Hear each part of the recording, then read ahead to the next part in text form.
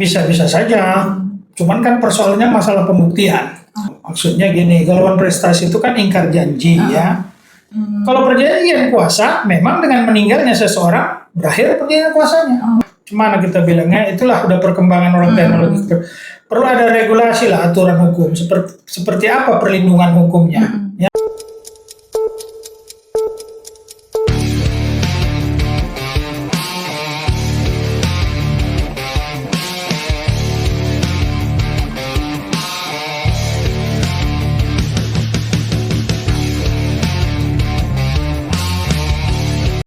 Assalamualaikum warahmatullahi wabarakatuh. Halo sahabat Suara Paum Umsu, kembali lagi bersama aku di podcast Suara Paum Umsu. Basa basi tapi nggak basi. Nah, saat ini kita akan membahas terkait hukum perjanjian. Dan saat ini udah ada bersama kita Bapak Dr. Muhammad Syukron Yamin Lubis, SH CNMKM. Benar ya Pak? Halo, apa kabar Bapak? Baik. Boleh dong Pak dikenalin ke teman-teman mungkin latar belakangnya. Halo, Assalamualaikum warahmatullahi wabarakatuh. Saya Dr. Muhammad Syukron Yamin Lubis, SHMKM. Saat ini sebagai dosen di Fakultas Hukum Universitas Muhammadiyah Sumatera Utara dan juga hari ini atau pada saat ini sebagai Ketua Program Studi Magister Kenotariatan S2 di Sekolah Pascasarjana Universitas Muhammadiyah Sumatera Utara. Sebelum kita masuk ke pembahasan utama nih Pak, saya mau dengar cerita sedikit dari Bapak. Apa yang membuat Bapak tertarik untuk mendalami bidang hukum perdata, khususnya hukum perjanjian tuh Pak? Baik, terima kasih. Iya. Sebenarnya awalnya saya tak di perdata ya, di saat di pidana. Baik, jadi tertariknya itu pada saat saya kan kuliahnya di spesialis notariat pada waktu itu. Nah, di situ kan berbicara tentang perjanjian-perjanjian dan dalam pembuatan akta notaris ya, di mana selama ini kalau kita berjanji itu biasanya secara lisan pada umumnya. Tetapi itu kan bisa saja orang berjanji tapi kadang diingkari gitu, ya. Maka ini seperti apa supaya perjanjian yang dibuat para pihak itu tidak diingkari?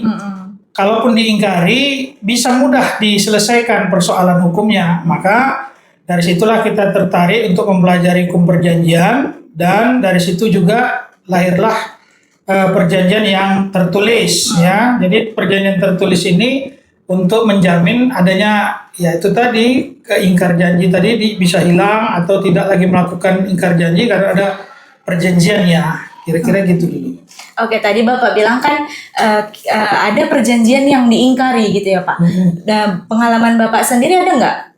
Sudah menangani kasus yang kayak gitu? Boleh diceritain nggak Pak? Yang udah ditangani? Saya bukan praktisi hukum, jadi belum pernah. Tapi sebagai ahli pernah. Di kasus apa tuh Pak? Jadi yang lalu itu kasus perjanjian sewa menyewa. Di mana salah satu pihak tidak melaksanakan perjanjiannya sebenarnya. Tapi pihak menggugat yang tidak melakukan perjanjian tadi dengan pasal tentang perbuatan melawan hukum 1365 Ondrei Mati Gedat. Nah, jadi saya bilang bahwa itu bukan perbuatan melawan hukum, tapi itu termasuk perbuatan uang prestasi, karena di dalam perjanjian itu si penyewa diperintahkan dalam perjanjian itu untuk melakukan sesuatu tapi dia tidak lakukan. Karena tidak dilakukan, jadi salah satu pihak tadi yang dirugikan tadi menggugatnya, tapi dengan pasal 1365. Nah, sehingga saya rasa itu kurang tepat. Karena dia perjanjian, bukan ibaratnya perbuatan melawan hukum. Selama Bapak mengajar terkait tentang hukum perdata khususnya perjanjian itu Pak, hal apa yang menarik atau menantang bagi Bapak? Ya, kalau perjanjian itu perdata atau perjanjiannya ya? Kalau perjanjiannya itu tadi, bagaimana kita men-setting suatu perjanjian itu supaya jangan diingkari. Kalaupun diingkari, lebih mudah dia untuk penyelesaiannya. Bahkan saya menginginkan perjanjian besar itu, khususnya perbankan, itu harus dibuat dalam bentuk akte notaris. Tidak hanya tertulis biasa. Tapi di Undang-Undang Perbankan itu kan tidak ada memerintahkan bahwa dibuat dalam bentuk akte notaris. Bahkan BSI sendiri pun tidak ada di Undang-Undang tersebut 2008 itu 21 2008 itu memerintahkan dibuat dalam bentuk akte notaris, tapi dari definisinya memang menyebutkan dibuat secara tertulis gitu. Berarti Pak, kalau perjanjian itu dia nggak bisa digugat kalau dia tidak tertulis di akta notaris. Misalnya kita buat perjanjian yang antara kita aja gitu kan Pak, terus ditandatangani sama kedua belah pihak, tapi nggak ada notaris, itu bisa nggak Pak digugat? Bisa saja, cuman kan persoalannya masalah pembuktian. Nah, tapi juga harus kita pahami begini, perjanjian tertulis itu ada yang memang perintah undang-undang, ada yang memang keinginan para pihak. Kalau perintah undang-undang misalnya di dalam jual beli hak atas tanah gitu kan, itu bahkan dibuat dalam bentuk PJB gitu atau AJB gitu kan. Tapi kalau itu memang AJB itulah kalau misalnya kita jual beli gitu kan. Tapi kalau dia perjanjian perdamaian itu bahkan harus tertulis dia, nggak bisa tertulis. Jadi kalau dia perjanjian yang tidak tertulis, itu persoalannya kadang sulit membuktikannya. Apa buktinya? Ada perjanjian. Nah, ya kan? Iya. Apalagi utang piutang. Siapa yang berutang manggil kawannya supaya ada saksi? Nggak akan ada yang normal, malu dia kan. Justru dia panggil sebentar. Nah, ada nggak uang kau sekian katanya kan? Nah, pinjam aku sebentar katanya kan? Kan nggak mungkin dia panggil orang untuk mencatatkan perjanjiannya. Jadi perjanjian itu ada yang memang tertulis memang diperintahkan oleh undang-undang, ada yang ditulis memang karena keinginan para pihak saja gitu, untuk sebagai alat buktinya gitu. Berarti kalau kita menulis perjanjian tapi nggak di notaris pun itu berlaku ya Pak? Sepanjang memang tidak ada perintah undang-undangnya. Artinya kalau memang undang-undang tidak memerintahkan dalam bentuk tertulis, ya nggak apa-apa. Cuman membuktikan aja susah. Ya kan?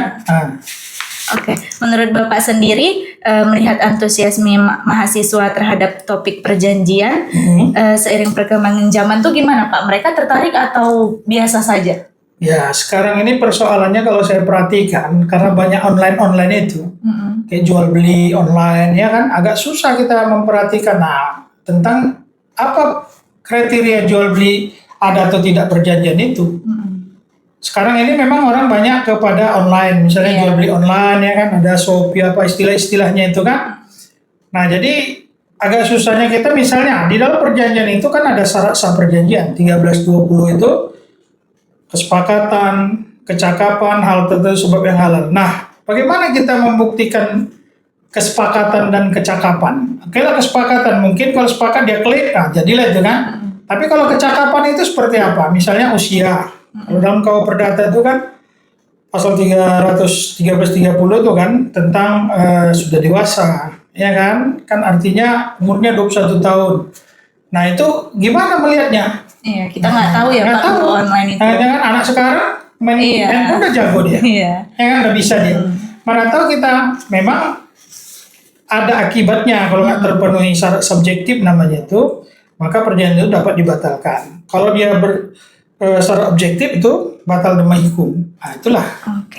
Jadi tadi kan Pak Bapak bilang tuh perjanjian itu nggak sekedar hanya ditulis di kertas, bisa juga kesepakatan antara kedua pihak itu juga perjanjian. Nah, menurut Bapak sendiri apa makna mendalam dari hukum perjanjian itu sendiri, Pak? Ya, perjanjian itu kan kesepakatan ya, kesepakatan para pihak untuk berbuat atau tidak berbuat sesuatu. Kalau di pasal 1313 itu kan perjanjian itu kan suatu perbuatan di mana satu pihak mengikatkan dirinya kepada pihak yang lain. Walaupun definisi itu menurut Profesor Subekti itu kurang tepat. Karena 1313 itu lebih cenderung kepada perjanjian sepihak dia. Maka dia menambahkan saling berjanji. Karena perjanjian ini kan juga merupakan kenapa orang berjanji? Karena saling membutuhkan. Ya kan saling menginginkan sesuatu. Dalam perjanjian sewa menyewa misalnya si A butuh kendaraan sementara si B-nya butuh uang untuk itu. Nah, maka mereka buat perjanjian atau jual beli. Nah, kan sebenarnya lahirnya itu kan karena saling membutuhkan. Makanya yang pertama harus ada kesepakatan dulu. Berarti Pak, tadi kan ada juga Bapak sebutkan one prestasi dan lain-lain. Sebenarnya saya masih belum ngerti nih Pak, one prestasi, terus ada penyelesaian sengketa juga ya Pak? Itu berbeda atau sama atau gimana Pak? Maksudnya gini, kalau one prestasi itu kan ingkar janji ya. 1243 KUH Perdata itu. Kalau menurut Subekti itu, Profesor Subekti bilang wan prestasi itu ada 4 bentuknya. Pertama, tidak melakukan sama sekali perjanjian itu. Misalnya dalam perjanjian jual beli, dia tidak membayar harganya, sama sekali dia tidak bayar, ya kan? Yang kedua, dia melakukan perjanjian itu tapi tak sesuai dengan isi perjanjian. Misalnya harganya berapa? 1 juta, tapi dia bayar cuma 700.000. Nah, itu wan prestasi juga. Yang ketiga katanya dia melakukan tapi terlambat. Seperti orang membayar sewa rumah yang harus tiap bulan tanggal sekian dan ditentukan, tapi dia bayar lewat dari waktu itu tetap dia bayar. Nah, tapi itu juga wan prestasi. Dan yang terakhir, dia melakukan sesuatu yang di dalam perjanjian itu tak boleh dilakukannya. Misalnya di dalam perjanjian sewa itu dia nggak boleh merubah bentuk bangunan itu, ya kan? Tapi dirubah. Tapi dirubahnya tanpa persetujuan, kan kira-kira gitu kan? Nah, berarti itu juga wan prestasi. Nah, masalah sengketa atau penyelesaian itu kalau sekarang ya kan penyelesaian sengketa itu banyak, ada di pengadilan, ada di luar pengadilan. Kalau kasus-kasus perdata ini kan masih banyak ke pengadilan digugat, ya kan? Nah, kalau dia bisa terbukti dia wan prestasi, maka dia ya sesuai dengan keinginan pihak yang menggugat. Apakah dia ingin meminta supaya tergugat tadi melaksanakan kewajibannya, misalnya membayar, atau bisa juga membatalkan perjanjian itu. Misalnya perjanjian kuasa, saya beri kuasa, tapi apa yang dia kerjakan itu tak sesuai dengan yang saya inginkan. Saya batal kuasanya. Kan bisa seperti itu. Kan itu dia. Oke. Dalam konteks sosial di Indonesia yang cenderung komunal nih Pak, apakah konsep perjanjian yang bersifat individualistik dari hukum di Barat itu cocok digunakan di Indonesia Pak? Gini, budaya kita ini, kalau kita perhatikan, selalu agak sulit antara membuat perjanjian yang lisan dengan tertulis. Kita ini selalu, Allah udahlah, nggak usah tertulis, nggak percaya, kan gitu ya kan. Tapi begitu nanti sengketa, baru bingung dia bagaimana membuktikannya. Kan orang bertanya juga pengadilan lagi. Apa buktinya dia berutang? Apa buktinya dia ini? Nah, susah. Tapi kalau kita minjam uang nanti tiba-tiba diminta ya ditulis Allah macam tak percaya. Itu budaya orang Barat. Enggak. Orang Indonesia. Bukan orang Indonesia, orang Asia. Orang Asia itu lebih cenderung dia itu ya udahlah saling percaya aja. Bahkan buat perjanjian tak terlalu rigid, tak terlalu banyak pasal-pasalnya.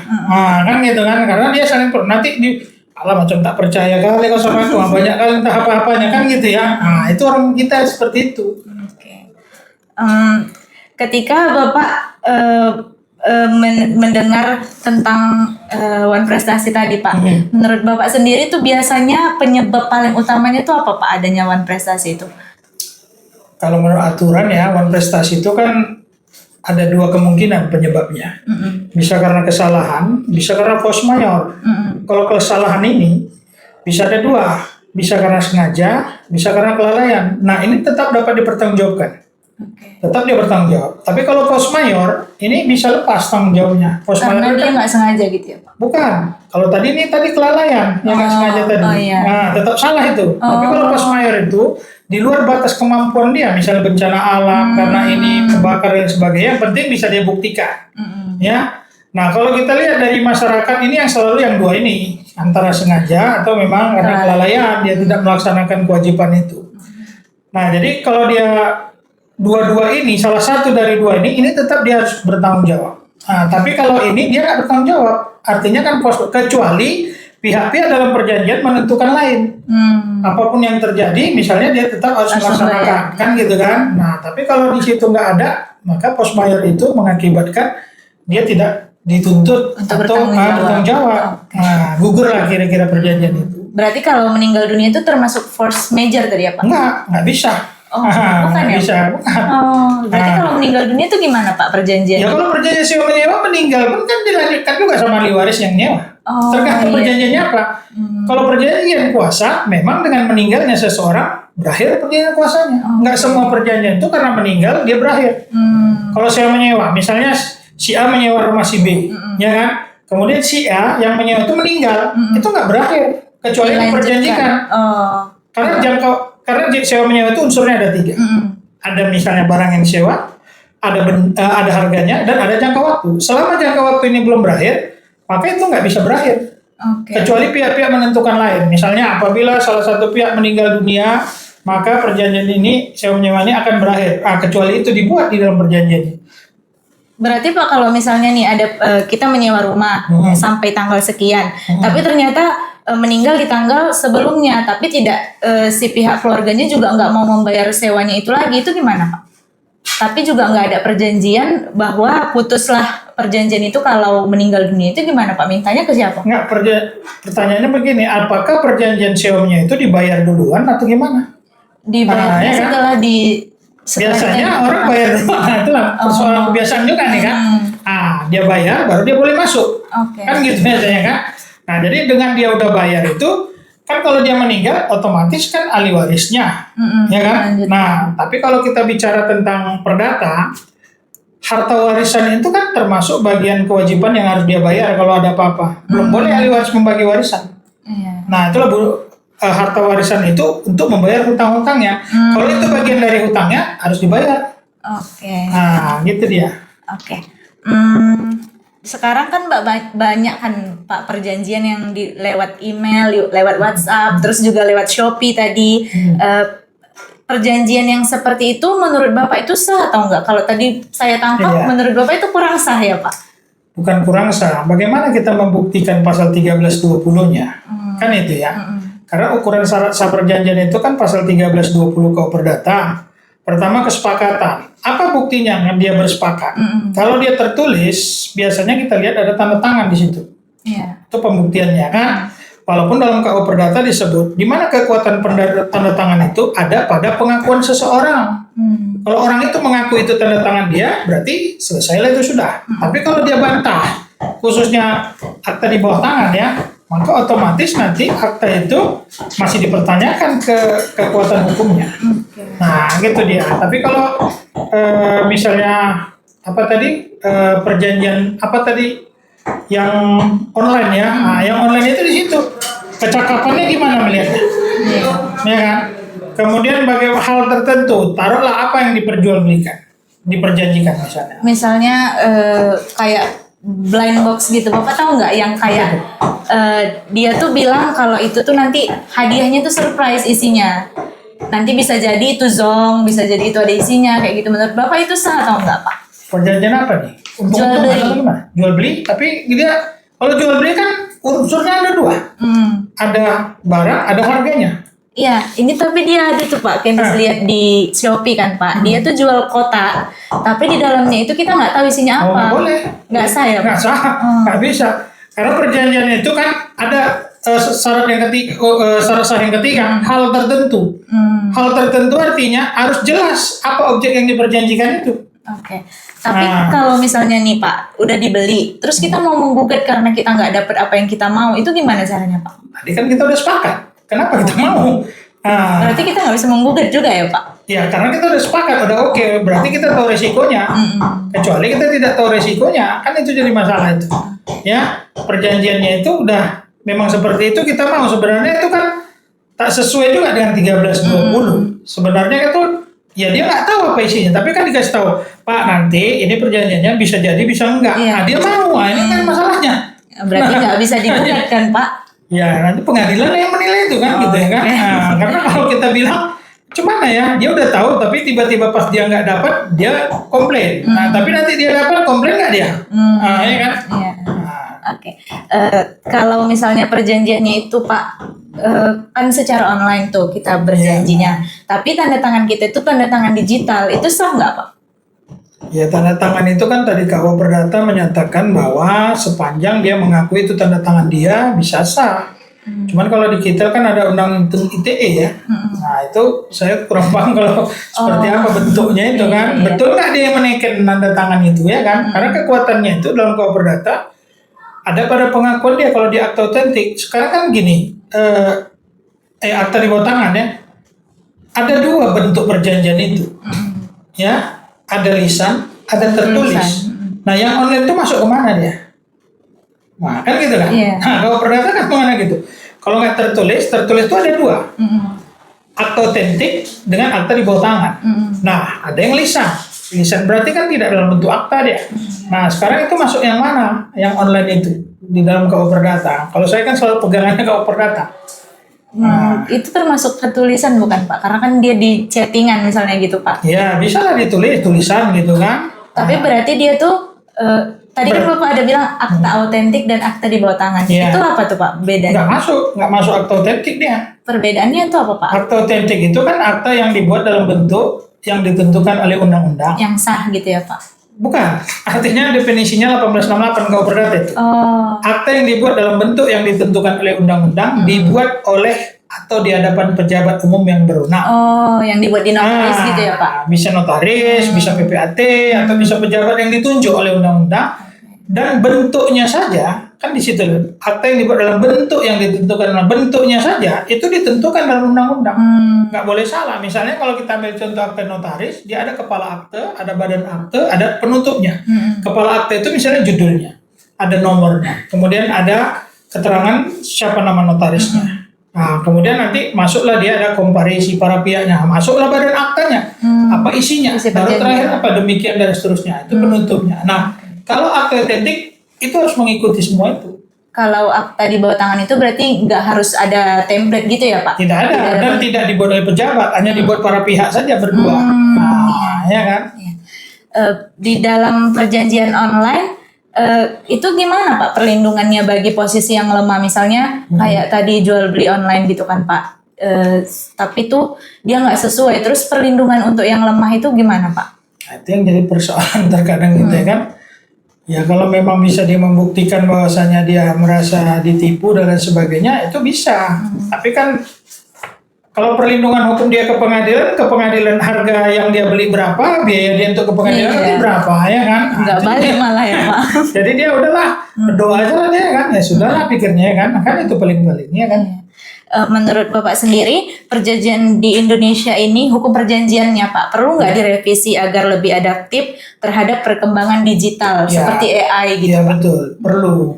Jadi sekarang ini kan KUA Perdata itu kan sudah cukup lama ya.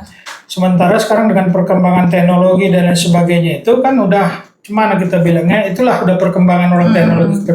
Perlu ada regulasi lah, aturan hukum seperti apa perlindungan hukumnya ya terhadap.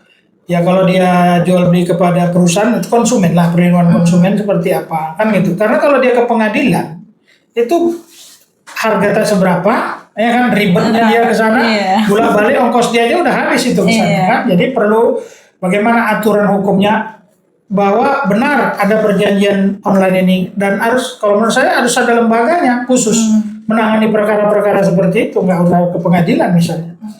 Nah, itulah dia. Oke, jadi Pak menurut Bapak sendiri kalau kita buat perjanjian tuh gimana perjanjian yang ideal supaya kita tuh nggak ketipu ujungnya atau kita nggak salah buat perjanjian tuh gimana Pak? Ya perjanjian itu sebenarnya nggak ada yang salah ya, karena perjanjian itu kan sepakat. Maunya kita apa, maunya dia apa kan gitu kan. Nah jadi perjanjian itu kalau kita membuat perjanjian, terutama kalau menurut saya perjanjian itu harus tertulis itu dulu, ya. Harus tertulis dia biar jelas. Pertama identitas para pihaknya, ya kalau ada apa-apa kita tahu di mana tinggalnya dan sebagainya. Nah, kemudian objek yang diperjanjikan itu apa? Makanya 1320 watt ya sebenarnya, ya. Objeknya apa yang diperjanjikan? Misalnya perjanjian sewa menyewa rumah, siapa yang disewakannya? Jangan nanti rumah orang lain. Begitu kita menempati orang, kita diusir orang yang punya.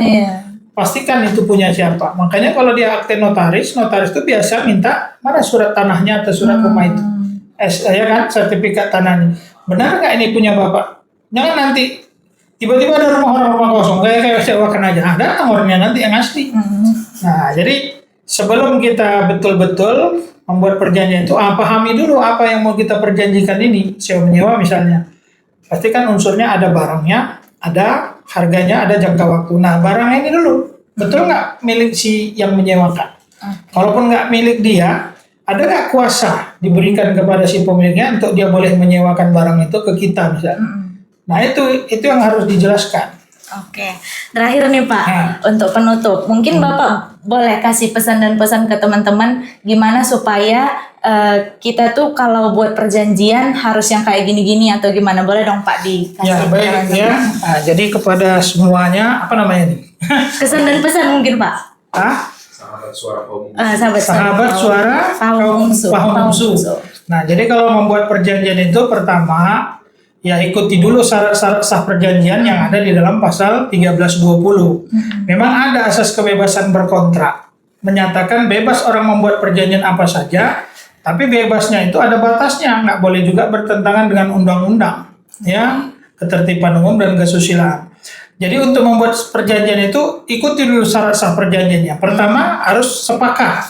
Jadi tidak usah ada pemaksaan, ya, sepakati dulu. Kedua yang namanya kecakapan. Kecakapan itu misalnya usianya, ya kalau di dalam KUH Perdata 21 tahun ya, atau sudah kawin gitu. Nah, tapi kalau misalnya di UJN itu 18 tahun itu bisa ya. Nah, kemudian yang ketiga itu syarat perjanjian itu adalah hal tertentu. Ini penting nih objeknya. Nah, yang diperjanjikan ini apa harus jelas. Nah, karena dia kalau tidak jelas, ini nanti yang jadi masalah di kemudian hari. Seperti ya kalau online itu jelas nggak? Kalau misalnya dia yakin itu udah bawa perjanjian itu bendanya, nggak ada masalah. Baru yang terakhir itu sebab yang halal. Sebab yang halal itu perjanjian itu tidak dilarang oleh undang-undang. Nah, selain itu, maka kalau menurut saya kalau memang kita perjanjian biasa, buatlah secara tertulis supaya tahu apa hak dan kewajiban para pihak di dalamnya. Kalau dia sengketa pun lebih mudah kita menyelesaikannya karena ada perjanjiannya.